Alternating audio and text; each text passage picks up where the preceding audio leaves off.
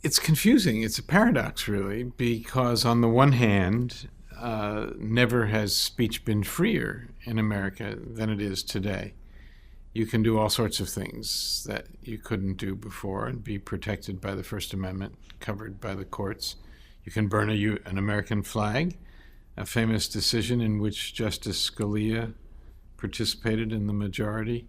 Symbolic protests, so everything from wearing a black armband, everything from wearing a black armband in school to burning the American flag. For religious reasons, you can decline to pledge allegiance to the flag, thanks to some Jehovah's Witness families in West Virginia during World War II.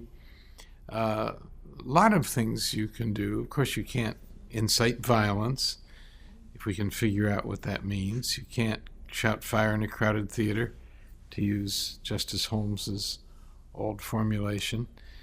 But speech is free. Speech is very free. As a result of one decision, you can threaten somebody on the internet, threaten someone's life on the internet, and unless there's proof that you really had a plot that you were engaged in, it's speech. It's protected speech.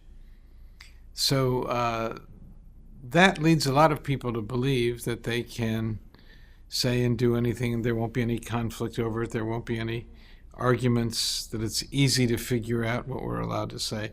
And of course, as we know, nothing could be further from the truth.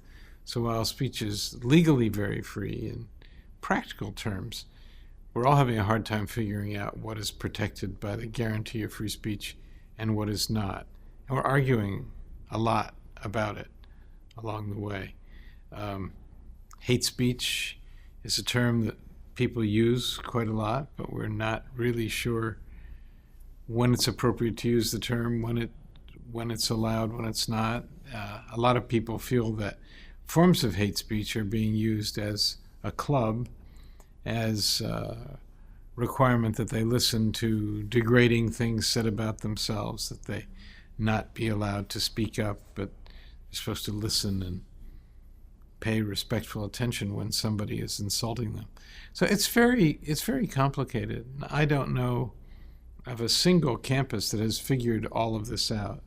There are some places where it's easier to navigate than others, and then there are some places, of course, where that seem to be perennial battlegrounds for free speech.